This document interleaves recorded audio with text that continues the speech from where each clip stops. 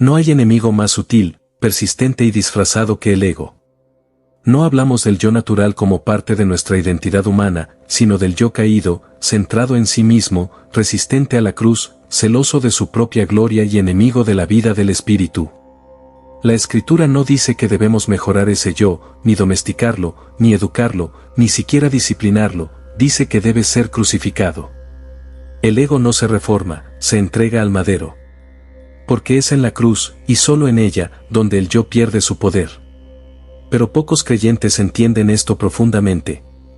Muchos piensan que la vida cristiana consiste en tener un mejor comportamiento, una moral refinada o una conducta religiosa más estricta. Sin embargo, lo que Dios busca no es una mejora del ego, sino su muerte. Waxman enseña que la vida cristiana verdadera comienza no cuando Cristo entra en el creyente, sino cuando el creyente deja de vivir para sí mismo. El apóstol Pablo lo dijo sin rodeos en la carta a los Gálatas capítulo 2 versículo 20, con Cristo estoy juntamente crucificado, y ya no vivo yo, mas vive Cristo en mí. Esta no es una metáfora poética ni una declaración simbólica.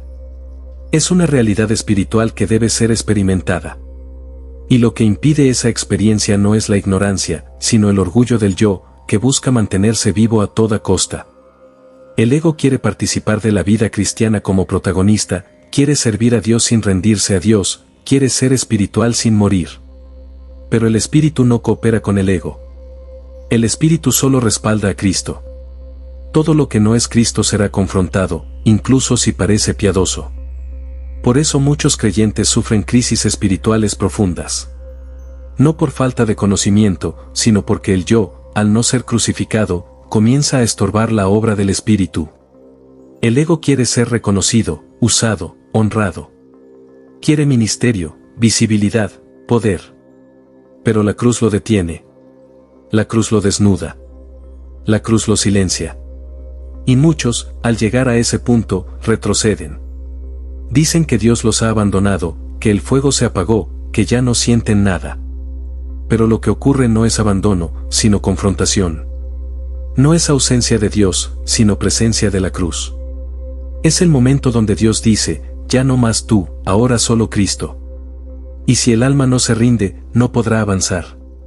Porque el crecimiento espiritual no se mide por cuanto sabemos, sino por cuanto hemos sido quebrantados. El ego crucificado no es una teoría doctrinal, sino una experiencia interior.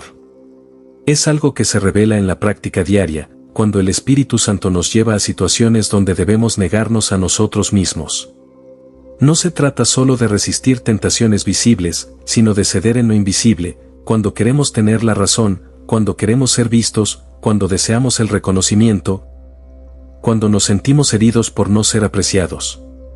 Todo eso no es más que el clamor del ego por seguir con vida.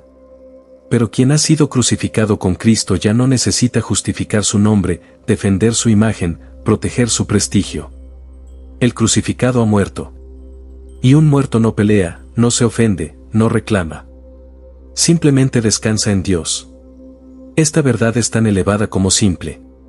No requiere de un entorno perfecto ni de una vida libre de conflictos para ser vivida. De hecho, es en medio de los conflictos donde más se prueba si el ego ha sido realmente crucificado. Waxman enseña que la cruz no es un evento puntual, sino un principio que debe operar cada día. No es algo que sucedió solo en el pasado cuando creímos, sino una obra progresiva que se manifiesta en cada ocasión en que el yo quiere resucitar.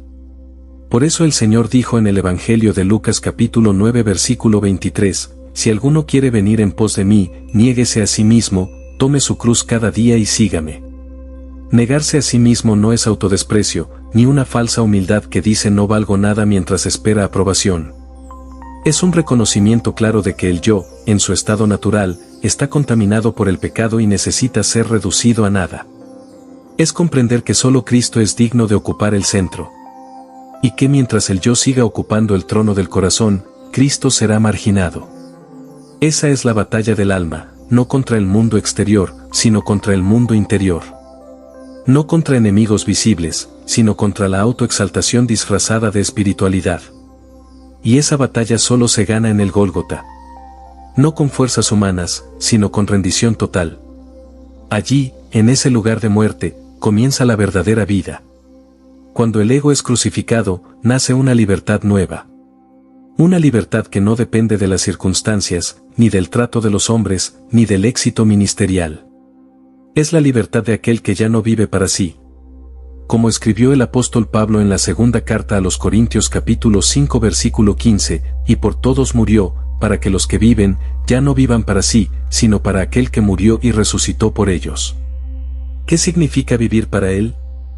Significa que toda nuestra voluntad, nuestras decisiones, nuestros anhelos y reacciones, deben pasar por la cruz. No hay verdadera vida cristiana sin este fundamento. Cristo no vino a mejorar nuestro yo, vino a sustituirlo. Y para que eso ocurra, el yo debe morir. Cuando el yo es dejado en la cruz, el alma entra en una paz que no depende de la comprensión ajena ni del reconocimiento humano. Ya no necesitamos defendernos cuando somos malinterpretados, ni preocuparnos por perder una posición, ni resistir el olvido de los hombres.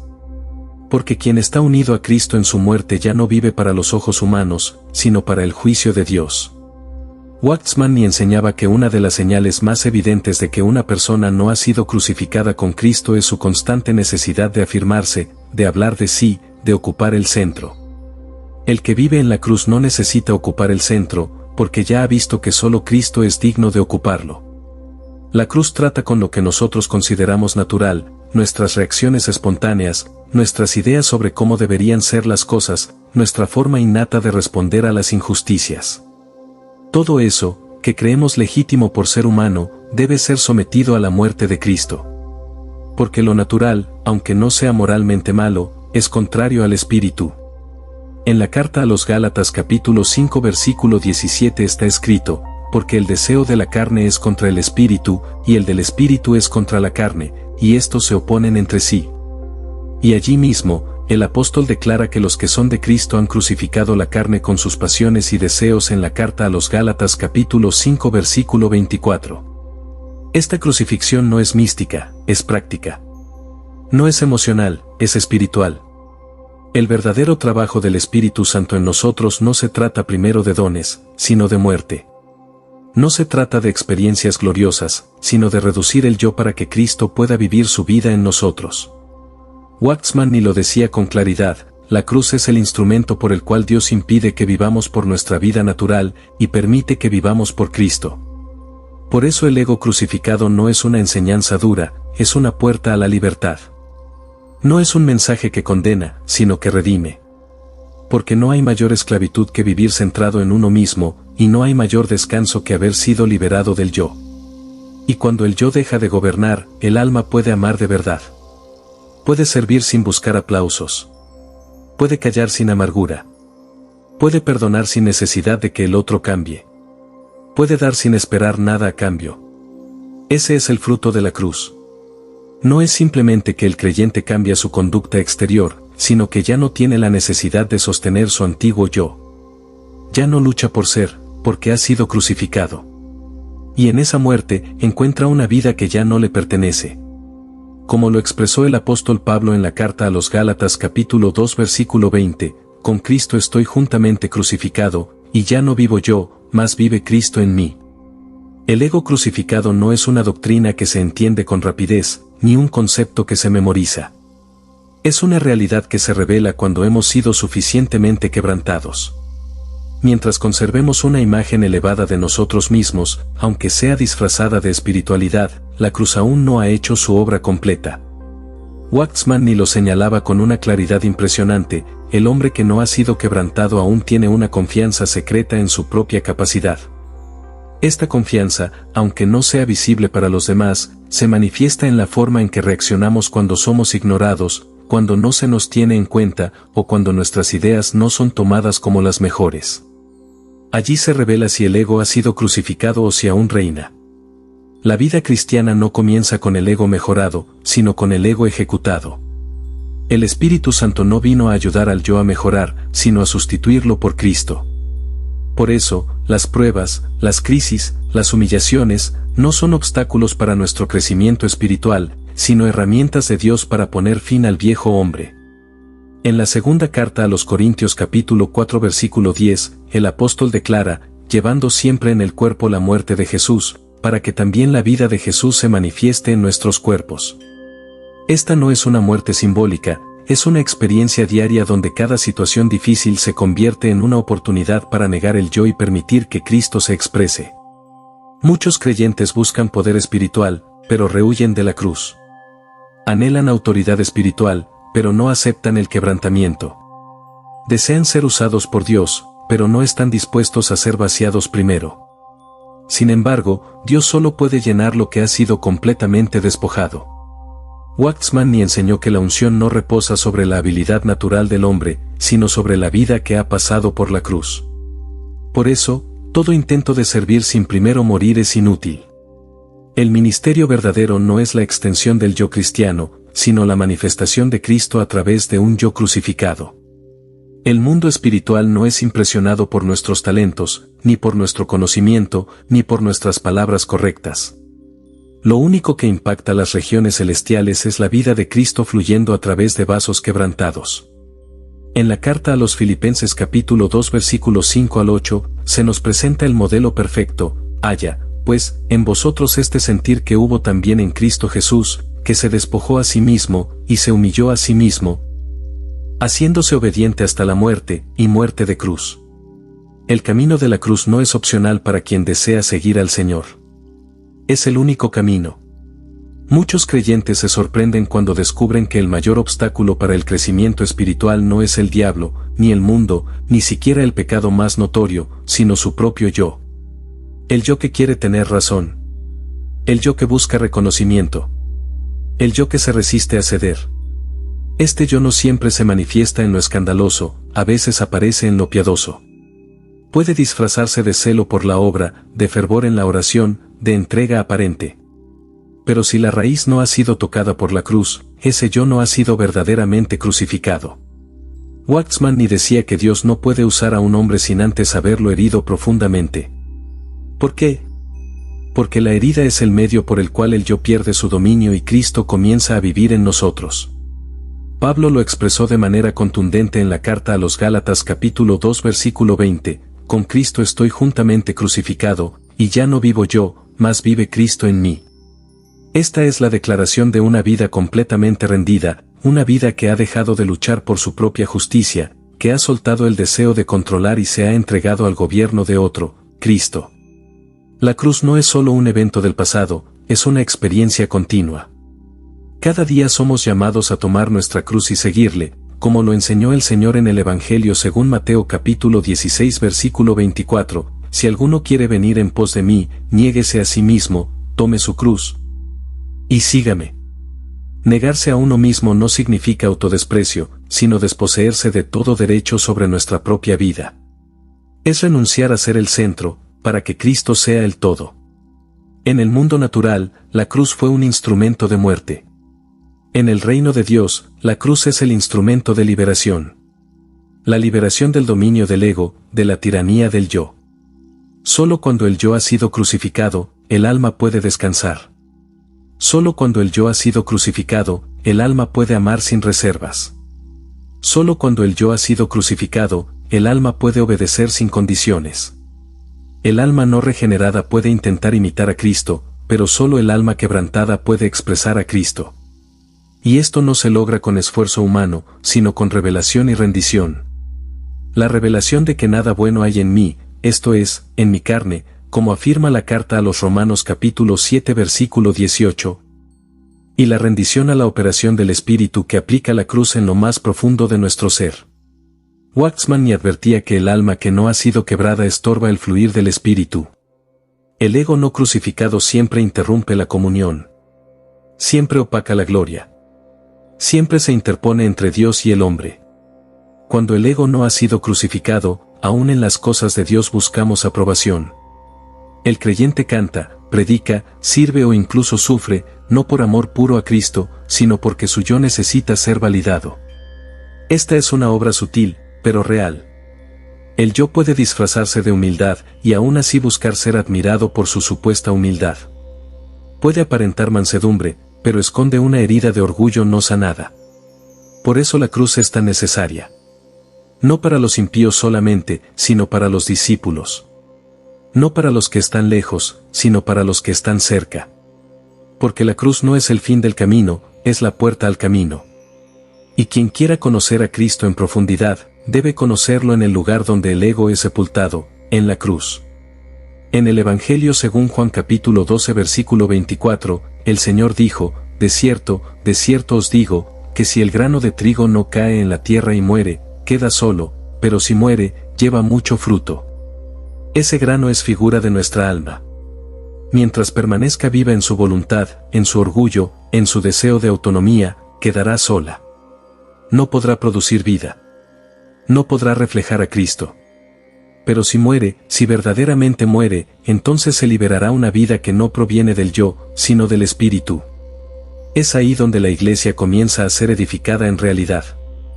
Porque la iglesia no se edifica con talentos, ni con carisma, ni con fuerza de personalidad, sino con vasos quebrantados que han sido vaciados de sí mismos. Waxman ni enseñaba que el mayor ministerio de un siervo de Dios es permitir que su alma sea quebrantada, para que el espíritu que habita en él tenga libre curso. Y esto no se logra en conferencias, ni con información bíblica acumulada, sino en la escuela del quebranto. Allí donde Dios permite que las circunstancias nos humillen. Allí donde otros nos malinterpretan, nos rechazan o nos olvidan. Allí donde se apagan nuestros sueños y se expone nuestra fragilidad. No es un castigo, es una poda. No es una derrota, es una purificación. Porque solo el ego crucificado puede producir fruto verdadero. Cuando el yo muere, Cristo vive. No como una teoría, sino como una expresión palpable. No como una doctrina, sino como una persona viva y activa. Y esta es la meta de Dios, no simplemente tener creyentes informados, sino tener hijos conformados a la imagen de su Hijo. Que puedan decir, como dijo Pablo en la carta a los Filipenses capítulo 3 versículo 10, a fin de conocerle, y el poder de su resurrección, y la participación de sus padecimientos, llegando a ser semejante a él en su muerte. La cruz no es un símbolo decorativo, ni una metáfora religiosa, ni una experiencia emocional. Es una sentencia de muerte. Y el Evangelio no nos llama simplemente a admirarla, sino a cargarla. Porque quien ha sido crucificado con Cristo ya no se pertenece a sí mismo. El ego, que antes gobernaba desde el centro del alma, ha sido removido, y en su lugar, Cristo toma el trono. Por eso, no se trata de mejorar el yo, ni de domesticarlo, ni de adornarlo con buenas intenciones. Se trata de sentenciarlo, de crucificarlo, de renunciar a sus derechos. Como escribió el apóstol Pablo en la carta a los Gálatas capítulo 2 versículo 20, con Cristo estoy juntamente crucificado, y ya no vivo yo, mas vive Cristo en mí. Ese yo que fue crucificado no es nuestra individualidad, sino nuestra independencia. Dios no anula nuestra personalidad, sino que somete nuestro yo autónomo a la obediencia de Cristo. Y esto no ocurre en un instante, sino que se trata de un proceso profundo y progresivo. Morimos cada día. Morimos al orgullo, a la autopromoción, a la necesidad de controlar, a la búsqueda de gloria personal, a la autojustificación, al deseo de ser reconocidos o validados por los hombres. Morimos para que otro viva en nosotros. Morimos para que el Espíritu tenga plena libertad de expresar a Cristo a través de nosotros. Waxman ni mostraba con claridad que esta cruz no puede ser impuesta por otros, ni siquiera por Dios, si no hay una disposición interna. El Señor dijo en el Evangelio según Mateo capítulo 16 versículo 24, si alguno quiere venir en pos de mí, niéguese a sí mismo, tome su cruz, y sígame. El que quiere, el que se niega, el que toma. Cada verbo exige una decisión voluntaria. Y esa decisión solo puede nacer de una revelación profunda, que nada de lo que proviene del ego puede agradar a Dios. El yo puede obrar religiosamente, puede orar, puede predicar, puede aparentar una piedad admirable. Pero si no ha sido crucificado, todo es falso. Todo es carne. Todo es ruina. Por eso, el camino del Evangelio verdadero es tan estrecho. Porque no deja espacio para el ego. No hay lugar para el orgullo espiritual, ni para la ambición disfrazada de celo, ni para el control disfrazado de liderazgo. Todo eso debe ir a la cruz. Solo así la iglesia puede ser expresión del reino. Solo así el Espíritu puede tener libertad de obrar. Y sólo así el creyente puede experimentar la verdadera libertad, la que proviene de no vivir más para sí, sino para aquel que murió y resucitó por él. Si has escuchado atentamente esta reflexión, sabrás que el llamado de Dios no es a una vida mejorada, sino a una vida sustituida. No se trata de corregir el ego, ni de convertirlo en algo útil para la causa de Dios. Se trata de llevarlo al madero. La cruz no es un evento del pasado ni un símbolo religioso, es la puerta estrecha por la cual debemos entrar cada día. El yo, con sus derechos, sus opiniones, su justicia propia y sus ambiciones, debe ser entregado, no como un acto heroico, sino como una respuesta obediente al amor del Cordero que fue inmolado. Si Cristo murió, nosotros también debemos morir con Él. Y si Él resucitó, también nosotros debemos caminar en novedad de vida, en una vida que ya no gira en torno a nosotros, sino en torno a Él. No temas a esta crucifixión. No es un castigo, es una liberación. El yo que tanto defiendes es, en realidad, tu mayor prisión. Mientras más lo proteges, más esclavo eres. Pero cuando lo entregas, cuando lo rindes, cuando permites que Cristo viva en ti, entonces conoces lo que es la verdadera libertad. No la libertad de hacer lo que quieres, sino la libertad de ya no necesitar hacerlo. La cruz libera, purifica, transforma. Y en ese proceso de muerte y resurrección interior, el carácter de Cristo empieza a formarse en ti. Ya no reaccionas igual. Ya no buscas lo mismo. Ya no dependes de lo mismo. Porque el ego ha sido crucificado, y una nueva vida ha nacido. Hoy te invito, no a una emoción religiosa, sino a una decisión profunda. Ponte delante del Señor y ora como oró Jesús en el huerto: no se haga mi voluntad, sino la tuya. Entrega tu ego, tu viejo yo, tu orgullo disfrazado de nobleza. No lo justifiques, no lo suavices, no lo maquilles. Entrégalo. Y confía que Dios hará lo que tú no puedes, te dará un corazón nuevo, un espíritu quebrantado, una mente renovada. El camino de la cruz no es popular, pero es el único que lleva a la plenitud. No es ancho, pero es seguro. Y no está lleno de aplausos, pero está lleno de gloria eterna. Si esta palabra te ha tocado, te animo a hacer una pausa ahora mismo. Ora. Rinde tu vida. Habla con el Señor y dile que quieres ser crucificado con Cristo. Que no quieres vivir más en tu fuerza, sino en su gracia. Que no deseas seguir alimentando un yo que Él ya ha sentenciado en la cruz. Que estás dispuesto a perderlo todo, con tal de ganar a Cristo.